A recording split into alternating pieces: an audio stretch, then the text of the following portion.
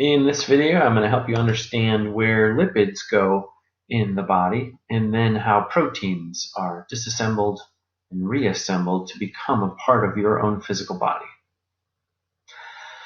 First of all, let's talk about fats. Triglycerides, remember from the last video, are long-term energy storage molecules. They are hydrophobic. They don't mix well with water, and they don't oxidize very quickly.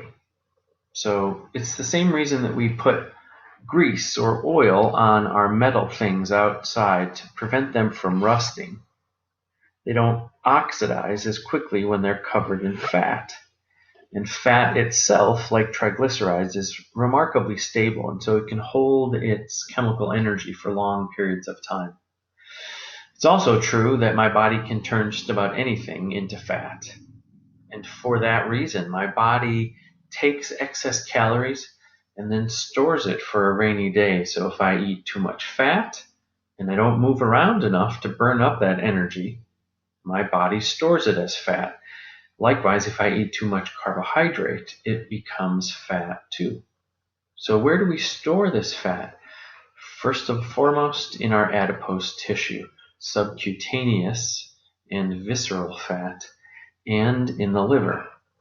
So I want to show you this image, really interesting. Here's a hybridized CT MRI. They use false color to sort of give us the illusion that this body has just been sliced right down the middle. We see two women of about the same skeletal structure. If we look at the size of the cranium, the length of the neck and the width of the shoulders at the shoulder joints, these women are actually quite similar in structure. The woman here at 120 pounds has some subcutaneous fat, and I think a very normal amount, giving her a feminine shape. But in areas like this, in the arms and in the neck, we see very little. This woman has significant amounts of subcutaneous fat.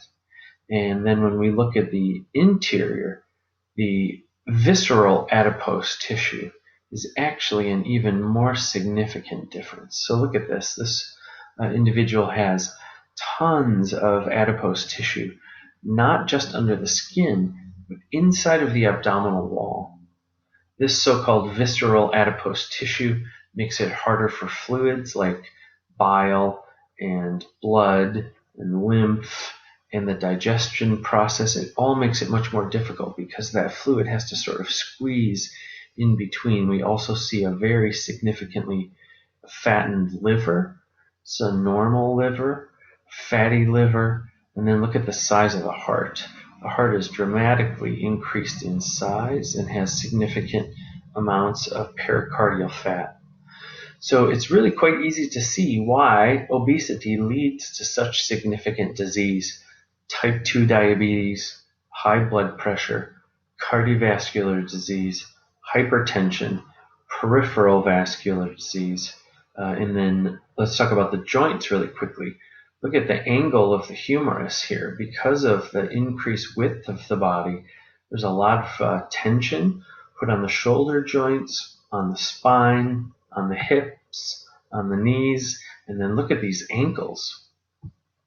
So much pressure here over time has stretched out the ligaments on the lateral aspect of the ankle, allowing the ankle to deform, which is putting disproportionate pressure on the knee here, increased Q angle. So it's really an amazing case study to learn all of the different ways that obesity can damage the body.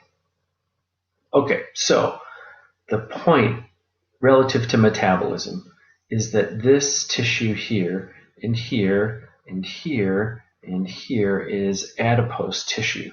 So consuming large amounts of carbohydrate, not moving, not burning up those calories, the body says, okay, this is great. This is the best I've ever had it. I have to store up all of this energy, instinctually waiting for the fast.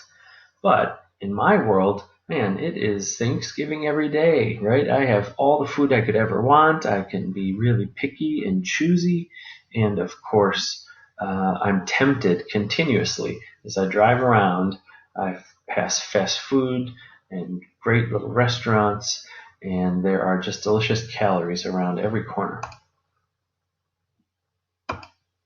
Next, moving on to proteins. Of course, we know that proteins are long chains of amino acids.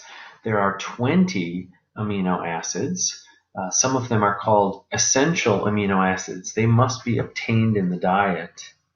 The non-essential amino acids the body can synthesize, usually by converting one amino acid into a different one.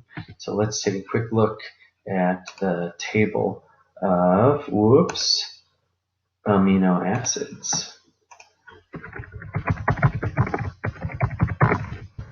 This is usually not an issue clinically unless we're dealing with patients who are vegans. Meat and dairy tend to contain all of the amino acids, and so it can be an issue with vegans who aren't really careful on which types of foods they eat together. But if you eat beans and corn together, you get all 20 of your amino acids in the same meal.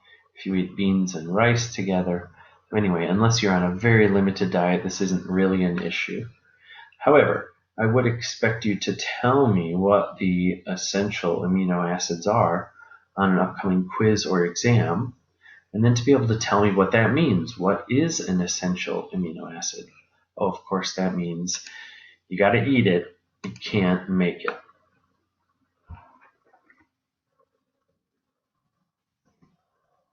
Where do these amino acids go in our body? Once we break them down, we have to metabolize them, right? That means integrating them into our own body. Antibodies, enzymes, hormones. A lot of the amino acids go right here to collagen. This is the most abundant protein in the human body, and it makes everything up. Fascia in the lining of a nerve, and the basement membrane underneath our epithelium, tendons, ligaments, skin, bone. There's collagen all over the body. Muscle contraction too, right? Actin and myosin. So when you eat steak, you are consuming the actin and the myosin of a beef cow, and then you are breaking down those amino acids and then rebuilding them back into your own actin and myosin, which allows you to move around.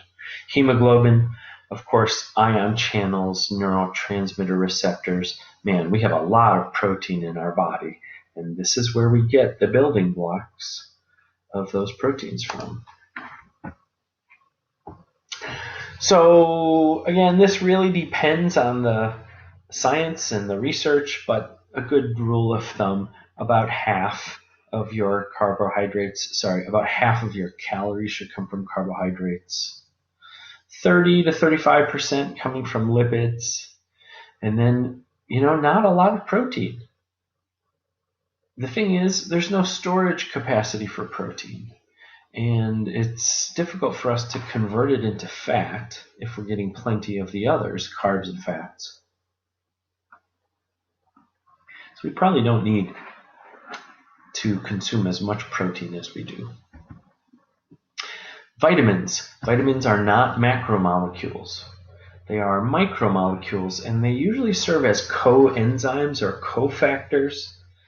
What this means is somewhere along the biochemical pathway, where we're converting one amino acid into another, for example, we need some of these guys to come in to help the chemistry to work out.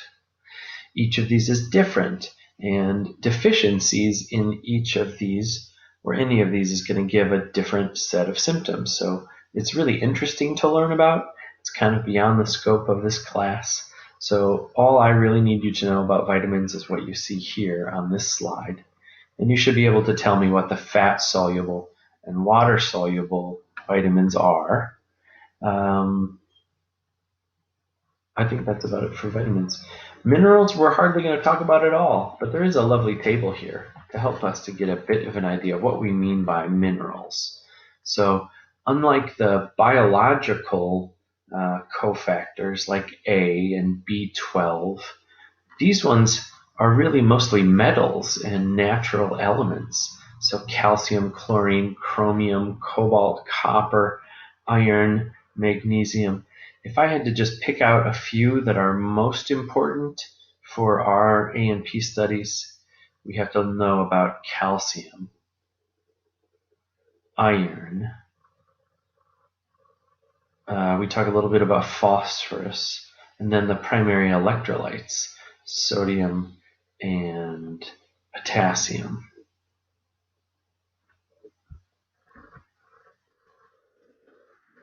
I guess all I have to say about the important minerals is if you eat a healthy diet with some fruits and vegetables, you're probably getting the minerals that you need. But if you're not sure, pennies per day for a multivitamin, it's probably not a bad idea just to cover the bases. Research seems to sway one way or the other, and not every medical professional thinks that multivitamins are necessarily beneficial or that they're necessarily correlated with less disease, but the cost-benefit ratio is probably a pretty good one from my perspective because it's not costing you very much.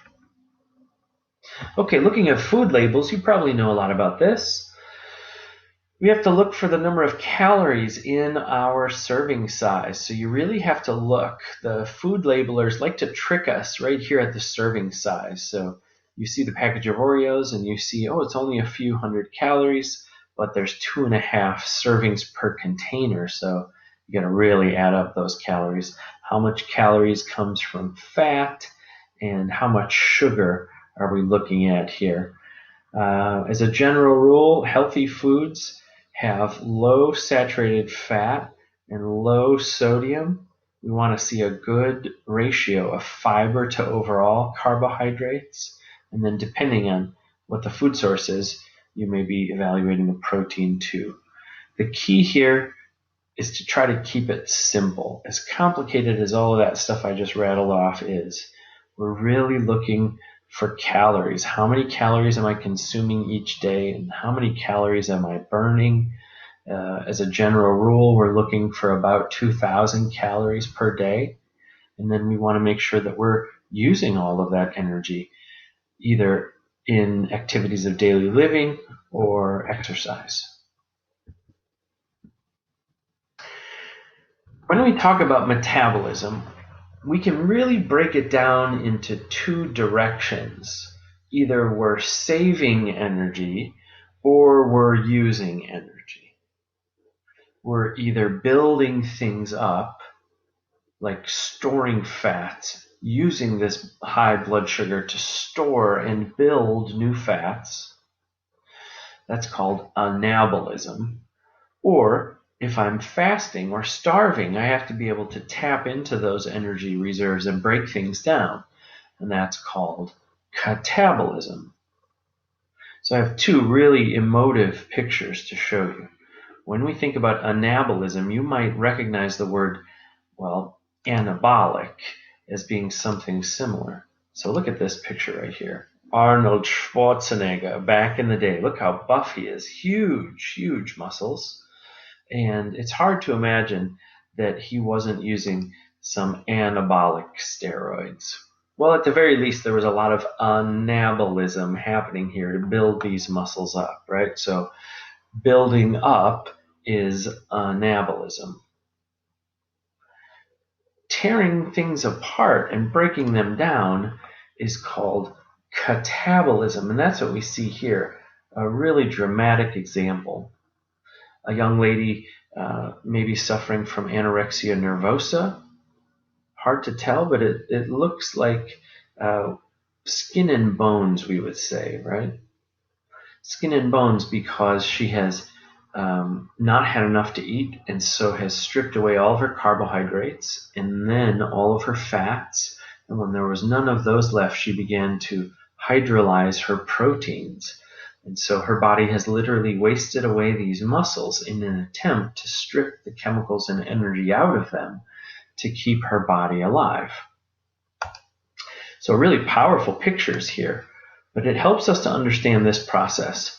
When we have the building blocks and calories to store energy, we can join small molecules together to form larger ones. So amino acids into big, long muscle proteins, or glucose into glycogen, or or fatty acids into triglycerides. These are all examples of anabolism, and it's building up.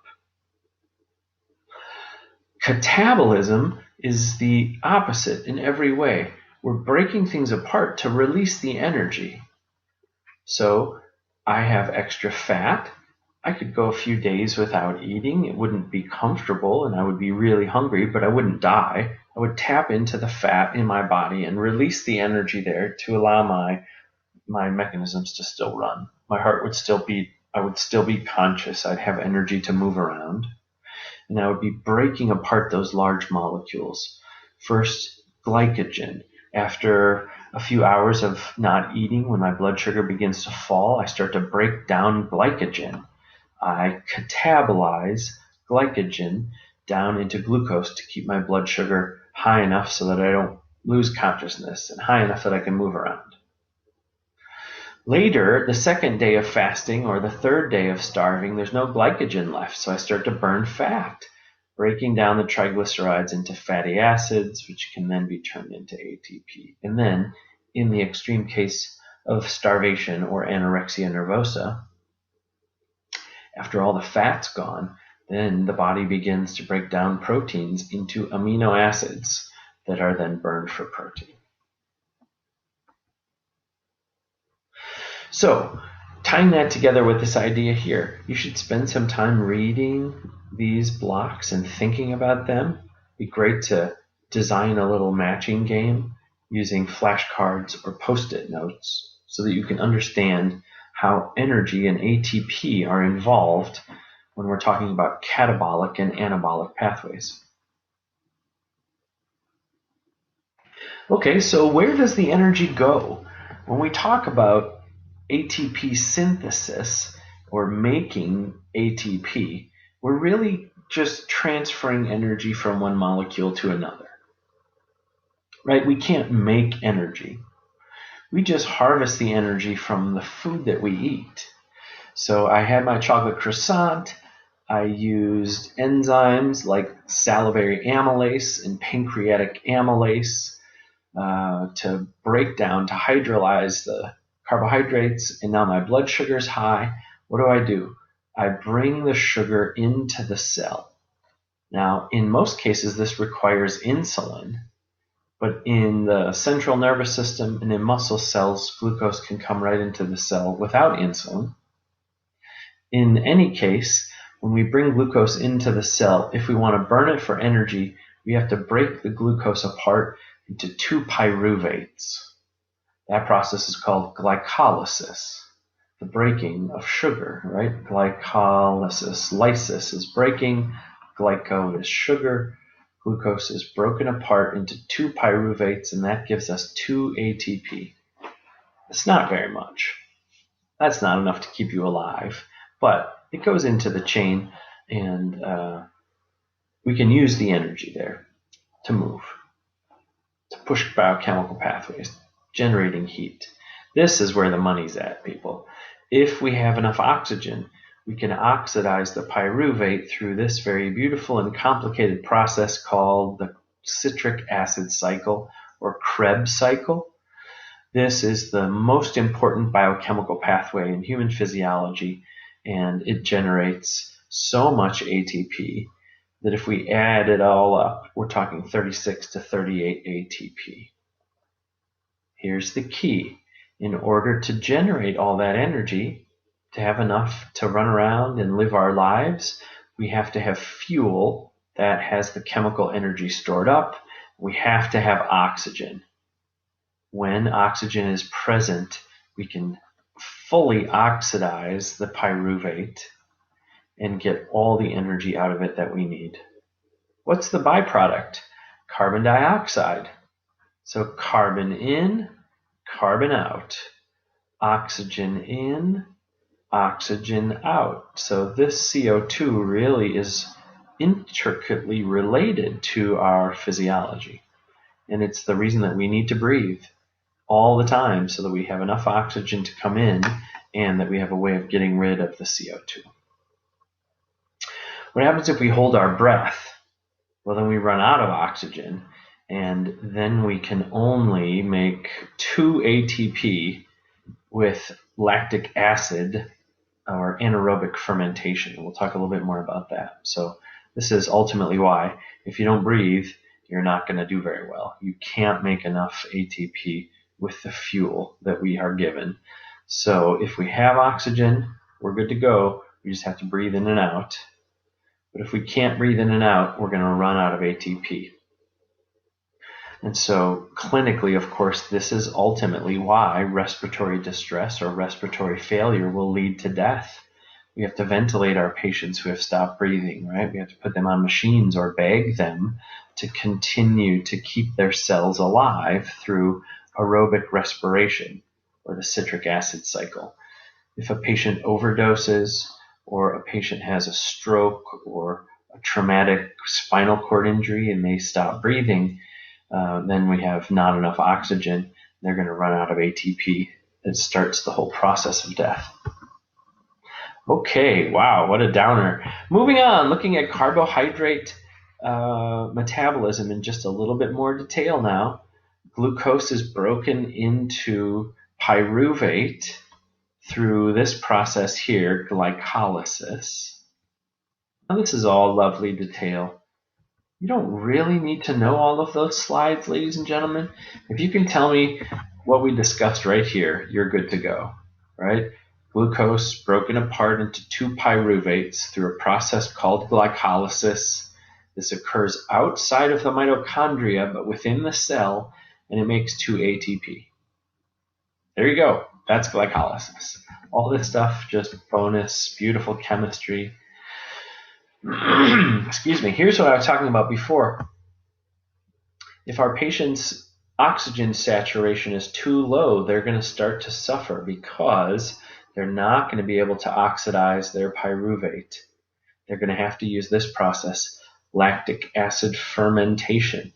Not only does this generate a toxic byproduct, lactic acid, but look, it only yields 2 molecules of ATP. So if you run out of oxygen, you run out of ATP. It's as simple as that. Now, when we're exercising, if we really push ourselves doing some high intensity training, or you just go for a quick 20-second sprint, just in that 20 seconds, you're going to burn up all your oxygen and you're going to start to go into lactic acid fermentation. So little bursts of this are not a bad thing for young and healthy people. If your heart can handle it and you can push it into that lactic acid fermentation, you're going to burn up a lot of glycogen. It's going to really improve your insulin sensitivity and help to keep your body fat percentage down. So lactic acid fermentation can be good as it relates to quick bursts of energy and activity. But obviously in cases of old and sick people, if their oxygen levels go down, this is going to become a problem. Okay, in terms of the citric acid cycle or the Krebs cycle, we don't really have to go into all the detail here. You're going to learn this in biochemistry. We're not going to talk about oxaloacetate and alpha ketoglutarate and all that. We can pretty well stick to this one right here. If you can understand the biochemistry on slide 24, you're going to be good to go. We already talked about glycolysis. Now, what happens when the pyruvate actually enters the mitochondria? Passing through the mitochondrial membrane, we convert it into acetyl-CoA. Remember, this is actually the raw material going into the citric acid cycle. And really all I expect you to know are these players right here. Acetyl-CoA goes through, is completely oxidized, coming back with 4 carbons. It will combine with the new acetyl-CoA to make the 6.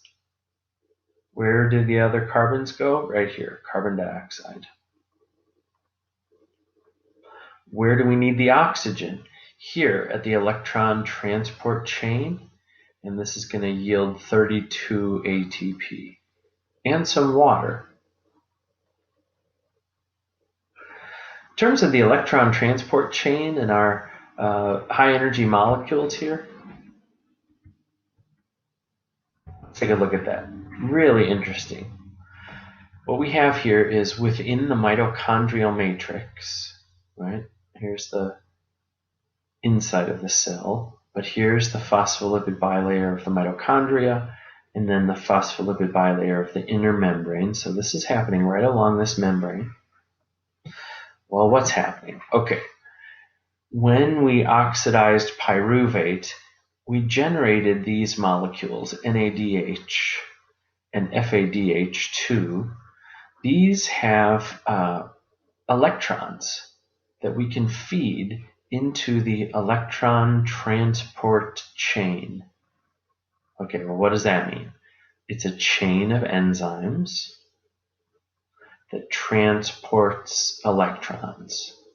Okay, all right, I'm with you so far. So the electrons come in on these high energy molecules. The electricity flows through the chain. And what is the electricity powering? It's this little pump right here. And the first enzyme, we're pumping hydrogen out of the inner matrix and into this intramembrane space. Energy comes in, electricity flows, hydrogen is pumped, and then because we generate a very high concentration of hydrogen, we can use that concentration to run the ATP synthase. Look at this, like some kind of crazy machine.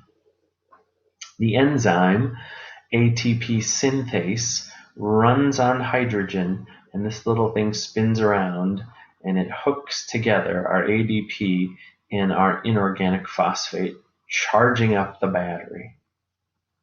The electron transport chain. So if we go back to this slide right here and put it all together, there are many helpful videos on YouTube, and I encourage you to share any good ones that you find that do a better job of explaining this process than I did.